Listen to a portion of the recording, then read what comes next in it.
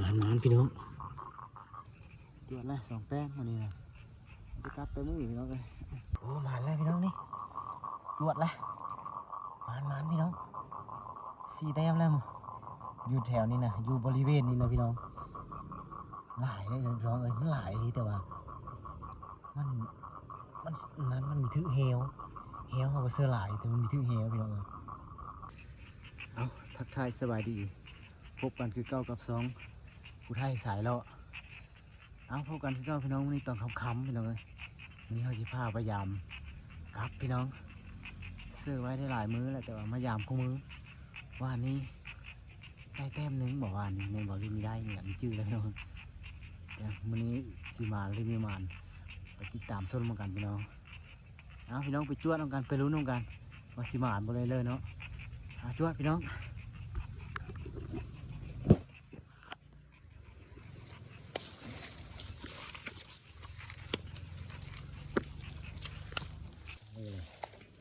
ที่ทางมือที่ทางมากทางอยู่หกเลยนะพี่น้องทางอยู่หกได้นี่เนาะนี่พี่น้องพี่น้องเลยล้มกันเนาะโอ้ขันเหวล้มพี่น้องล้มโอ้มันพี่น้องเอาแล้วพี่น้องนี่โยนแล้วนี่โยนแล้วพี่น้องโยนแล้วนี่โอ้โยนแล้วพี่น้องคือก้าวพี่น้องนกกระตุกพี่น้องนกกระตุกโยนแล้วนี่โอ้มาแล้วโอ้มาอีแล้วพี่น้องมาอีแล้วโอ้คิดว่าสิมีอันนั้นจะดอกคอยลงมาแต่เทิงนะมีเห็นได้พี่น้องนี่นะ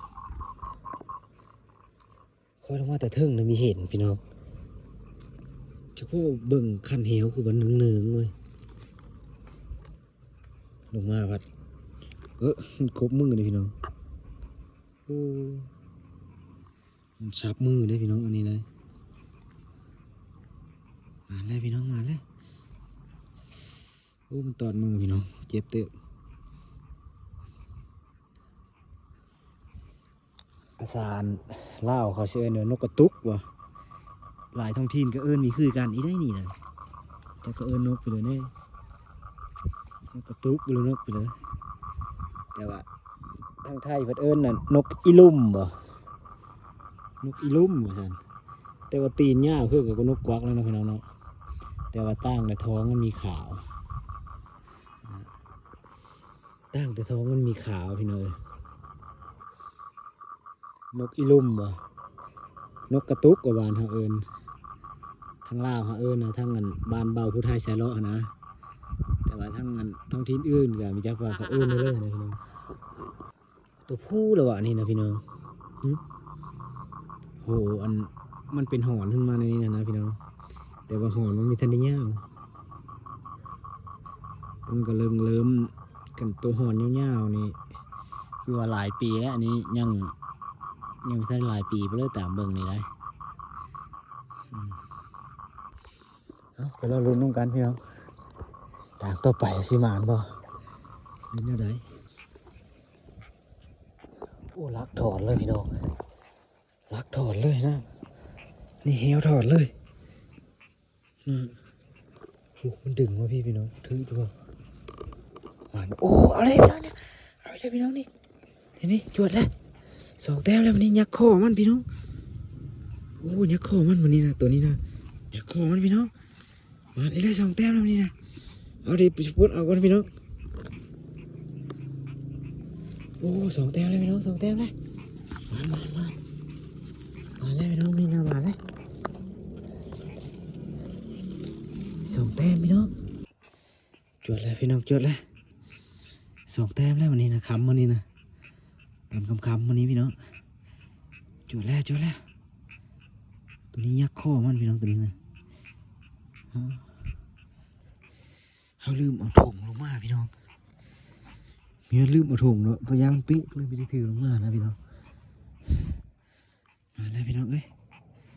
คือการตัวผู้คือกันพี่น้อง เสือมัดขามก็เอาพี่ดาลงมาน้ำซ้ำพี่น้องเอ้ยปกติมีเคยปะได้ปกตินี่แต่ทีนี้แบบลืมมีคืดพอนะพี่น้องดูหัดมาแล้วพี่น้องมันสองแต้มเลยคำมันนี่นะนี่กองเกาะนี่ละพี่น้องนี่เราเหี่ยวเข้ามานี่แหละนี่กองเกาะบานบาวผู้ไทยสายรอเอิญนี่เอิญกองเกาะได้พี่น้องเอ้ยแต่ว่าทางฝั่งไทยเอิญพี่น้องว่าเหี่ยวเข้ามาบ่นี่สองแต้มนี่ละนี่นะขึ้นมาแล้วพี่น้องเฮ้ยตัวละสองแต้มที่สองเลยพี่น้องนี่นกอีลุ่มหรือว่านกกระตุกนะพี่น้องจักเขาเอิ้นซื้อมาได้เลยกันแท้นะอันนี้มีหูจักคือกันแต่เขาเอิ้นนกไปเลยกันแท้พี่น้องเบื้องขาพันยาวๆคืออันเนี้ยคือนกกันนกกวักกระโตพันนี้แม่นสี่กระโตกันมีแม่นหน้าผ้าผ้าแดงๆสินะนกกระตุกเขาแหละพี่น้องเอ้ยบ้านเรานกกระตุกเขาแหละสี่ตีนเนาะบริคิโตได้พี่น้องเอ้ยนี่นะมาแล้วพี่น้องเอ้ยมาแล้วนี่ตัวละสองแต้มวันนี้นะไปกลับไปมือพี่น้องเอ้ย